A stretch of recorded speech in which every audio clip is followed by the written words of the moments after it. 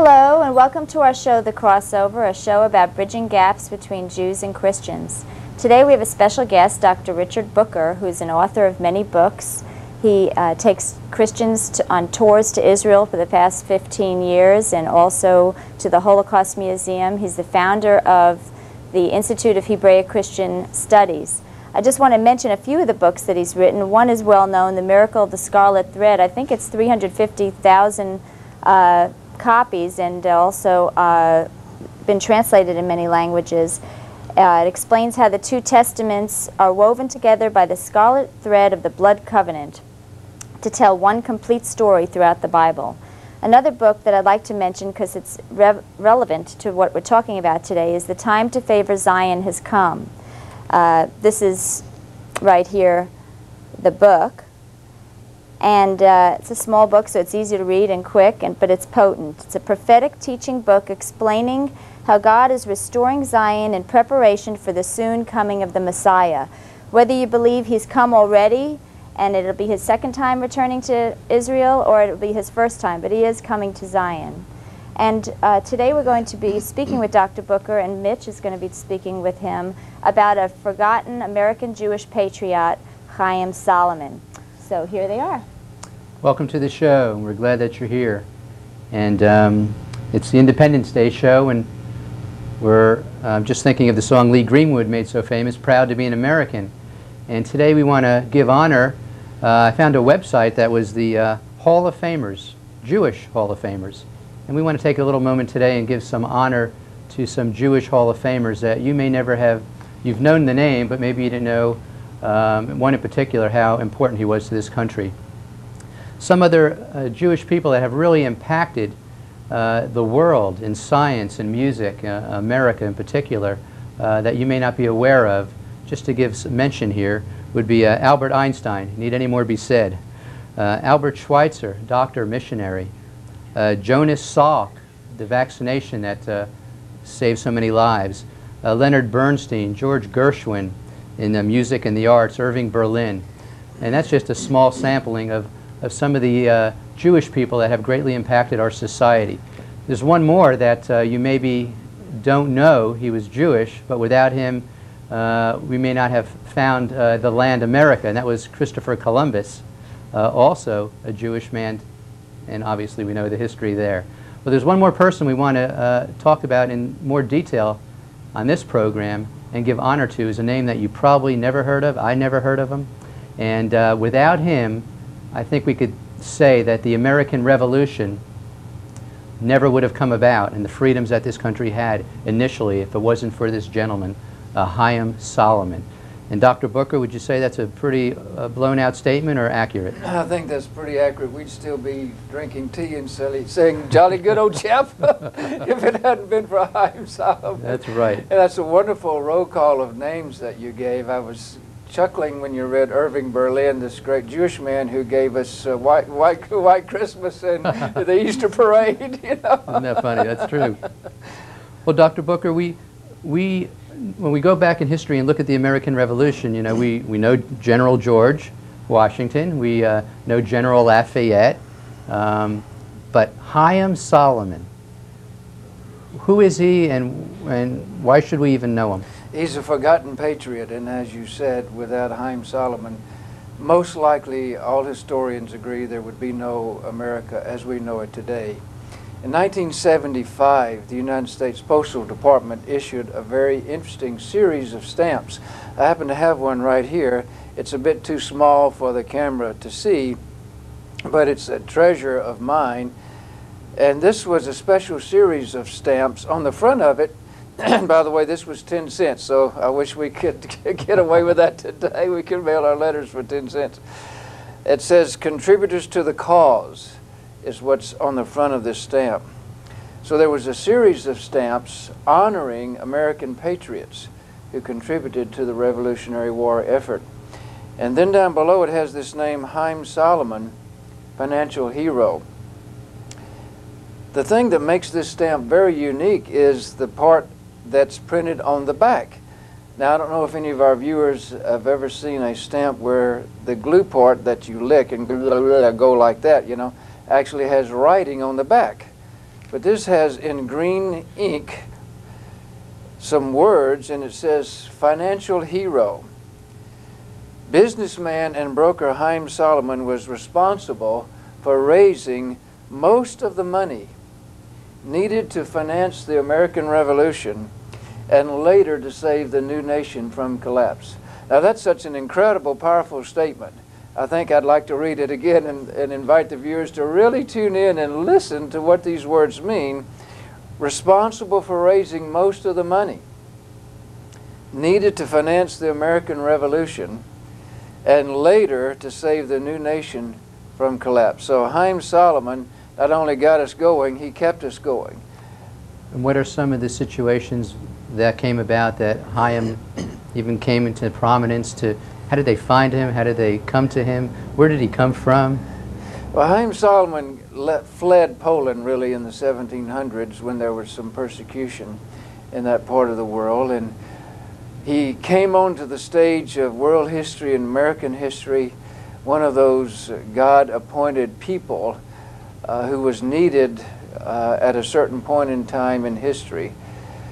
And he came to this new world, America, in the 1700s. He was going to be a great patriot, but the British caught him and threw him in jail, and he was able to bribe the guard, but he got tuberculosis and took real bad sick. But he was able to get out of jail, and he went to Philadelphia, which at that time was the seat of government for the colonies. And he was very gifted in handling financial papers. And during his time on this planet, the Almighty used him to raise the money that was needed to finance the American Revolution.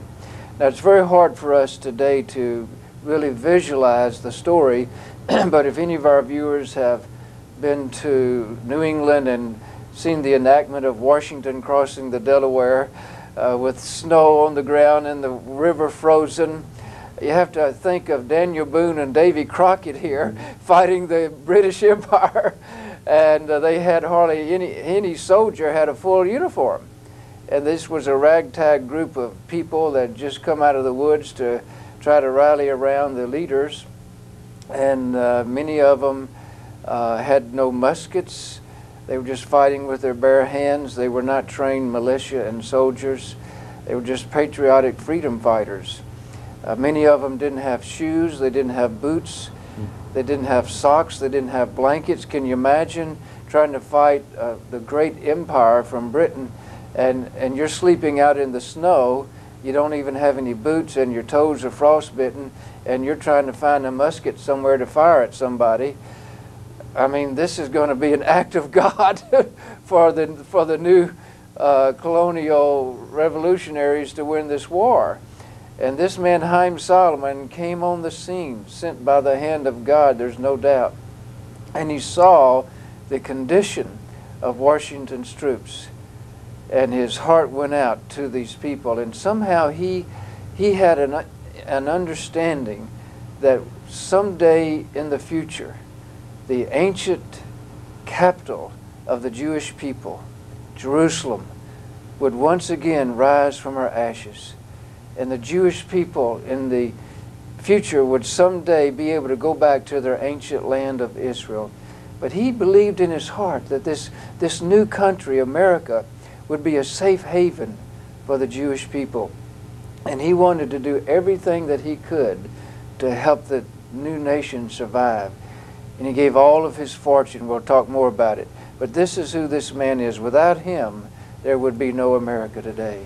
And maybe you can focus on this in the last couple seconds we have in the first part of the program. This is Haim, George Washington, and Robert Morris. It's a statue in Chicago on Wacker Drive, a memorial to him. And Dr. Booker just covered a lot of ground in a few moments here. We're going to go into more depth. We're going to take a break right now and take you to Congregation Shalom, where we're going to pay tribute here to America and to Haim, and for Independence Day here with a singing of the battle hymn of the Republic. And I think you'll really enjoy the Congregation Shalom choir here. And we'll be back shortly thereafter to pick up on Haym Solomon and a little bit more detail of his endeavors and its impact with us today. people. It's not quite the choir, it's just a few people. Okay.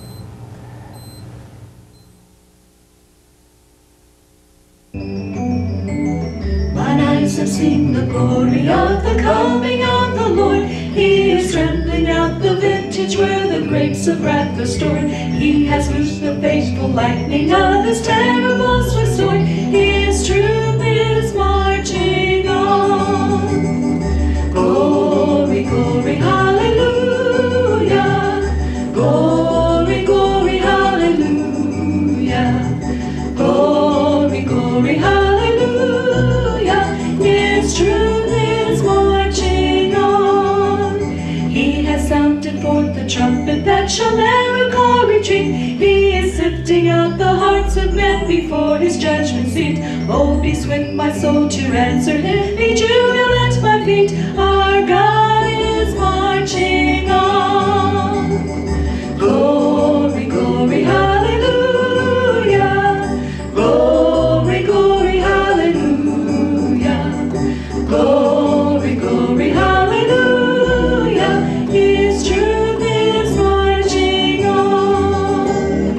Glory, glory, hallelujah. Glory, glory, hallelujah. Glory, glory, hallelujah. His truth is marching on. His truth is marching on.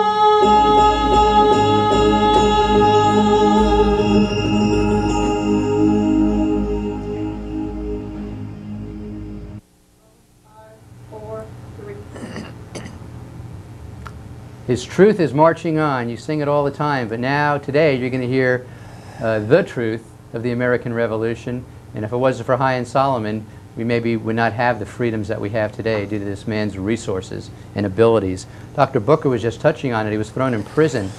And what's interesting is what saved Haym for a bit here was his ability to speak many languages. You had French, you had the Germans, you had the British had German mercenaries that didn't even speak English. They couldn't even speak to their own mercenaries. And when Haym was in prison, they found out that he spoke all these languages, and he was sentenced to be killed.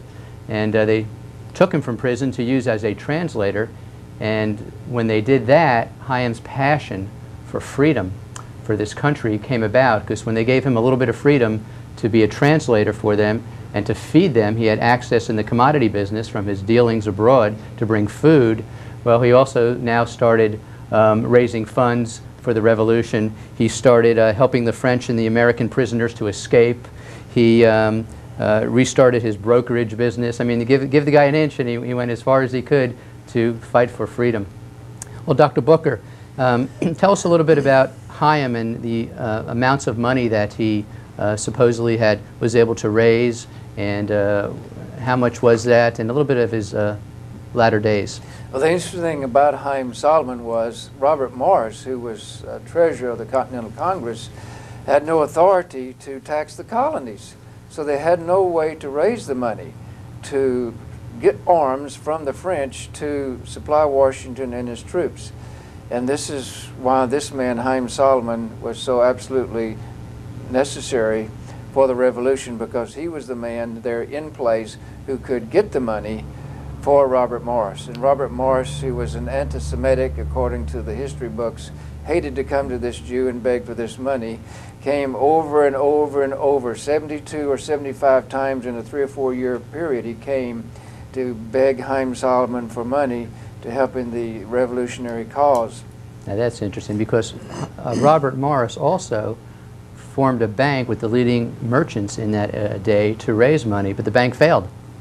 Well, and again, absolutely, every way to make money wasn't going to come about. Haym had to come on the scene, apparently. God wanted this man there for this story to be told on this television program today, and we're honored to be able to tell it. But Haym Solomon gave over $800,000. This is 1776 money. And you think, how much money could this possibly be today? Well, a good friend of mine, David Lewis, who wrote this book called Haym Solomon, the story of the lost pages of American history, as calculated. He went to his bankers, and they got the biggest computer they could find, you know, and the fastest computer they could find. It went off the charts. They couldn't even figure it out. They finally had to stop. Over $2 trillion in modern dollars is how much his heirs are owed by the American government. Now, Haym Solomon died at the age of 45. He was penniless. He gave his whole fortune to the revolutionary cause and left a widow behind, Rachel, with 4 children, 4 years and under, or 7 years and under. And she has nothing, so she goes to Robert Morris, say, help, can you repay some of this money my husband has given you? Well, give me the papers and we'll look through it and see what we owe. Strangely enough, the papers disappeared, and Haym Solomon's heirs were never compensated for anything that he had given to the government. Did Haim himself ever ask for a return of funds? No, he never did. Never. This was all done just philanthropy, period. For the cause of freedom, and because he did believe, as we said earlier in the program, that this would be a safe haven for Jewish people until later on in life, in our era, when he believed that the ancient land of the Jewish people, Israel, would once again come into the hands of the Jewish people, and they would leave from the nations where they were and go back to their homeland. And Jerusalem would once again be their ancient capital. Let's come back to that in a second, but what's interesting here too about Haim is he had the ability, since he had favor with the British, to really have a very comfortable lifestyle and just be quiet, stay behind the scenes. They're feeding them, he's creating funds. Behind the stage he's creating funds, and he could have been well taken care of. But on the other side, you're saying he gave over trillions of dollars in today's dollars, never asked for any of it back, and his family, when he died, was penniless and never received any funds whatsoever. That's absolutely true. So, go ahead. Well, to make the story worse, Haym Solomon was buried in Philadelphia in the Mikveh Israel Cemetery in what is today an unmarked grave. We can't even go to where he's laid in rest and pay our respects. Wow. No honor. Total hero. I thought that his grandson put a tombstone on his grave, and I heard you tell me earlier today that you discovered that it was done in when was that? Well, it was 1970, but it wasn't a tombstone because nobody knows which is his grave. It was a plaque that he put on the wall honoring his great-grandfather. How ironic, this was in 1917. It was in 1917 that Arthur James Balfour, the Foreign Minister of England, issued the Balfour Declaration, which says Her Majesty's government views with favor the rights of the Jewish people to return to their ancient homeland. What irony. Wow. And also what irony, in 1975, the same year that our own government issued this stamp honoring Haym Solomon, the Israeli government issued in that same year a stamp honoring former President Harry Truman, who was the president at that time that gave recognition to the new state of Israel. I believe that the Almighty is orchestrating all of these events to bring forth His plans and purposes on the earth. So, Dr. Booker, today, what can we do? We can't pay Haim's family back. There's no way that that will happen, obviously. Is there something ulteriorly that we can do to benefit this man and the cause and the vision? Well, absolutely. When we were marching on Washington a number of years back for the first President Bush to release the funds that he had guaranteed to the settlers in the communities in Israel, which he was withholding that money from them, we brought this to his attention on our bullhorns, although he wasn't in the White House at the time. These have made us feel better that what we can do is support the rights of the Jewish people to a safe and secure Israel, with Jerusalem as their eternal undivided capital. It's interesting that God sent a Jewish Christopher Columbus to find the land. He sent from Poland another Jewish man to fund the revolution. And here now we can in turn go back to Israel. And independence doesn't just happen. It takes money and it takes blood. And to keep Israel free and independent and keep her within her land that's hers right now, that's the least we could probably give back to what Haim has done. one more thing, too, I want the viewers to know is that the Constitution in this country was drafted, the first draft was Haym Solomon, and the phrase, "one nation under God, freedom and justice for all," was his. And even the markings on the dollar were designed by Haym Solomon. So he's touched you in many different ways, obviously the most important being the freedom. To wrap it up, I want to go back to Rosalie and tie up the ends here. Well, I really have decided that with our shows, I don't want to just inform you about these interesting people or these interesting events, but I want to have a call to action, kind of like what Dr. Booker had just said. I was thinking, I know that many people might know that Yom Kippur is the holiest day of the year for the Jewish people, and Morris knocked on the synagogue door when America was in great need, asking Haym Solomon on Yom Kippur, saying we need a certain amount of money and a lot by that evening. And Haym Solomon went to the rabbi and said, "Can I talk to the congregation?" Now, Yom Kippur, you don't talk about money. But the rabbi allowed him, and by the end, what he did is he rallied up the Jewish people in that synagogue, and they raised the money. They didn't touch the money. They said, "But when Yom Kippur is over at sunset, we will have the money." They pledged it. So right now, I believe that Israel is knocking on America's door. We need to pay back and help that country stay as a democracy and stay for the Jewish people. And for the call to action, I would like you all to perhaps, you should pray for the peace of Jerusalem. You could buy Israeli bonds. You could give back that way. You could write letters to the newspapers or the television stations, and when you feel that things are not being expressed properly, that there's a lot of bias in the media. And I know Dr. Booker has a website where he's organizing people when there's some major political action that needs to be done by Americans for Israel. He will send you emails, and his email is www.rbooker.com, I believe. That's the website. Oh, that's the website. So connect to that, and he'll give your email, and he'll let you know when we need a grassroots effort to do something for Israel. God bless and shalom.